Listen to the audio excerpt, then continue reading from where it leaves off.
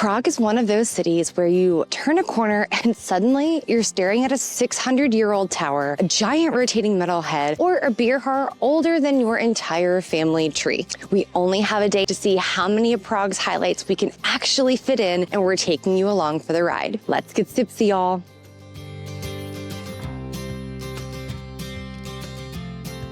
Prague has over thousands of years of history layered into its streets. The city began as a small settlement along the river and grew into the seat of the Bohemian kings, Holy Roman emperors, and some of Europe's most influential thinkers. In the 14th century, under King Charles IV, Prague became one of the most important cities in Europe, which is why so many of its landmarks date back to that golden age. The city survived wars, fires, and political upheavals, yet managed to preserve its medieval layout, Gothic towers, and Baroque architecture. Today, modern Prague blends all of that history with a lively art scene and a very deep beer culture that locals are rightfully proud of.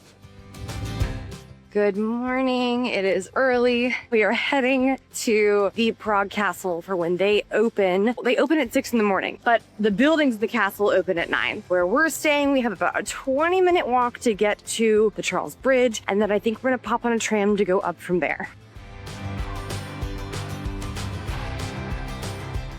All right, just made it to the bridge. Like I said, we're here fairly early. Not a whole lot of people. I mean, there's definitely people on this bridge, but not too many. So pro tip, come early.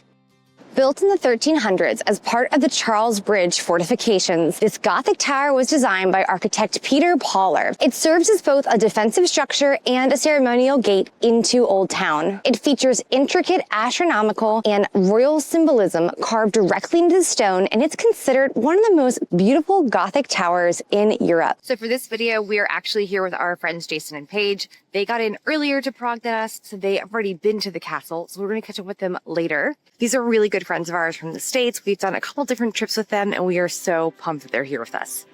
So we are on the tram. It is right around $4 to take us up, and our friends who walked up to the castle highly recommended it. So we are taking the 22 line to get up here.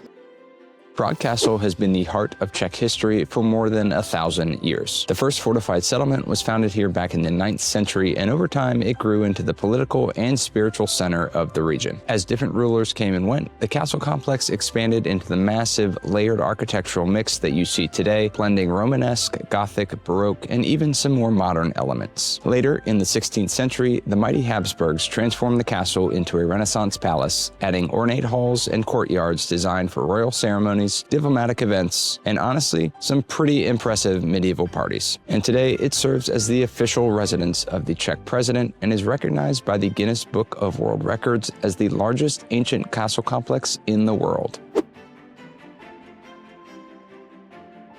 Construction began in 1344 and nearly took 600 years to fully complete this church. It's a masterpiece of Gothic architecture and houses the tombs of the Czech kings and saints. The stained glass is one of the most photographed features, and the south tower is 96 meters tall if you're in the mood for a climb. We're climbing it, which means we're going to be earning 2 beers minimum. So really, if you think about it, it's going to be medieval cardio. The South Tower of St. Vitus Cathedral is one of the most iconic viewpoints in Prague and easily one of the most rewarding climbs in the entire city.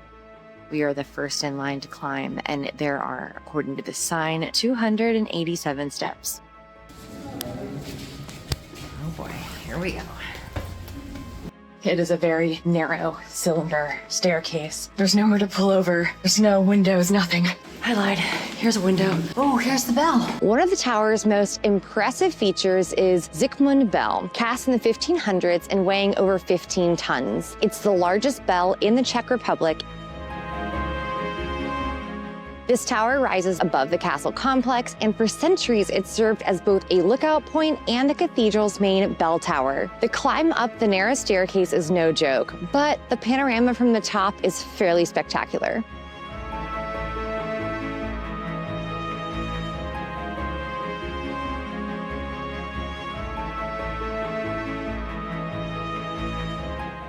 It was 200 Czech crowns to climb the tower, which is a separate ticket than the entry. Now, it is free to walk the grounds here, so if you guys don't want to go into the church or go into any of the exhibits, it's completely free entry. Home to the Bohemian royalty for centuries, this palace includes Ladislav Hall, which is famous for its soaring Gothic vaults. The hall was once used for nightly jousting tournaments indoors. It is incredible. And the first thing Chris says when we walked in is, this would be a great cornhole room if the weather was bad outside. I can't imagine sitting in here and watching people joust. Like, that kind of just blows your mind a little bit. Okay, so we've been here for a couple of hours now, and it's nearing 11 o'clock, and this place is packed. Now, granted, it is the weekend before Christmas, and it's just a weekend in general. Get here early, avoid the tour groups, because they're absolutely atrocious to get behind in a building.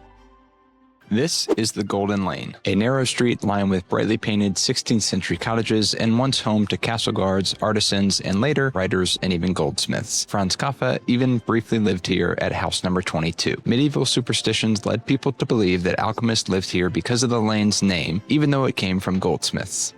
Just left the Prague Castle complex. I'm calling it a castle complex because, good Lord. It was. I think it was almost 3 hours we were exploring there. And we didn't see everything. Pro tips: take the 22 tram up, get off at the Prague Castle stop. Yeah, which is all the way up the hill. Don't listen to Google Maps. If you just put it in from Old Town, it'll probably tell you to get off down below. Then you have a lengthy walk up a bunch of stairs. So make sure you go around the top to the actual Prague Castle stop. We ended up walking down because where you start and end, it drops you at the base, which was very easy. Yeah. So from here, we're going to catch up with our friends and see some more sights today.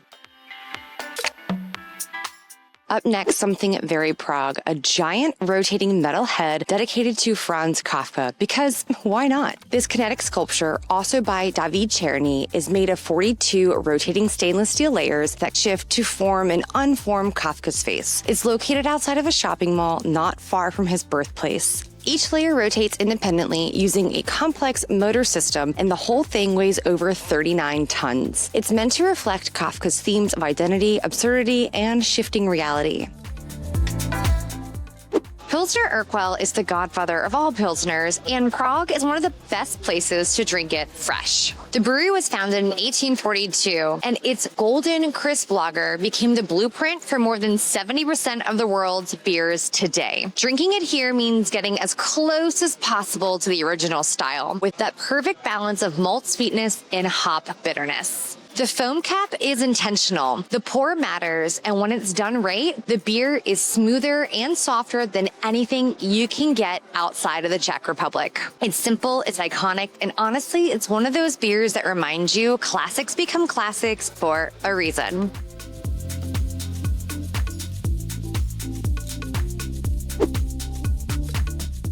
Fleků has been pouring beer in Prague since 1499, and it's one of the oldest continuously operating breweries in the world. Lunch here is classic Czech comfort food, hearty, filling, and clearly designed to be eaten with beer. So they just came around with a giant tray, and I mean giant, and it's either a light or dark beer. So we each got one. Their specialty is their dark beer, which is smooth and slightly sweet and somehow disappears way faster than expected. Is it touristy? Yes, but it was a lot of fun. We just left lunch. It's like 4:30, so it was a very long lunch. Place was super unique. It was established in the 1490s. I'm not sure they've changed anything since the 1490s. It was great. The beer was good. The food was good. What are your thoughts, Jason? It was such a great time. It was a lot of fun. The accordion player was amazing. The tuba player. Yeah. It's a lot of fun. You should bring your friends. Definitely come. Just know, when you sit down, they will come around with a tray full of shots. Bekarova. Which is like the local liquor to Czech. You think it's free. You think it's like a welcome. A welcome drink. It was not a welcome drink. They mark that down on your receipt right away. It feels like a gift, though. Yeah, it did. Yeah, you know what it was. It was pretty great. But we are not done. We are going to go get more drinks. So we're gonna go to an absinthe bar. Jason's pick, which we are in agreement with. Apparently Prague is known for absinthe. I had to Google this. They have a strong tie to it. Although it's not from here, there's a lot around its history here. So let's go find us some absinthe. Traditionally, absinthe is served by slow dripping ice cold water over a sugar cube into a glass, which mellows the bitterness and releases the herbal aromas. You're looking for that louche, that cloudy effect, which means the oils are opening up and the drink is ready. Sip it slowly. Absinthe is strong and meant to be savored and absolutely not meant to be drank like a shot. Ooh, that's very nice. You could smell the anise from when he was making it, but there is that sweetness from the sugar cube that it was mixed in. Not bad. This one may be a little fennel. I think there's some fennel in this one too. I think this is the stronger of the two, the 70. This one's very smooth, so I don't know. Yeah. Guys, it's not bad. It just wasn't what I was expecting at all. Super herbally, as you guys have said. I don't know. I kind of get rosemary. Like I just ate some potpourri. I don't know. Maybe not my favorite. Oh, good. Round two. I thought that was last out. We have dinner reservations, so we're going to head there next. Vodičkova is a casual Czech eatery built around one thing and one thing only: really good pork. The menu focuses on traditional Czech comfort dishes like slow-roasted pork knuckle, juicy ribs, sausages, and crispy pork belly, all served in portions that make you question your life choices in the best possible way. If you want a no-frills, meat-forward Czech meal that pairs perfectly with a cold lager, Pork's is the spot. And that is a wrap on Prague. We did a little bit of history, some touristy sites, and made sure we tasted our way through this city. Thank you guys so much for watching. If you enjoyed this video, please be sure to subscribe and give it a thumbs up. It really helps our channel. And if you've enjoyed this, we're also going to be going to Vienna for a few days. So stick around so you don't miss it. Thanks for watching. Cheers, y'all.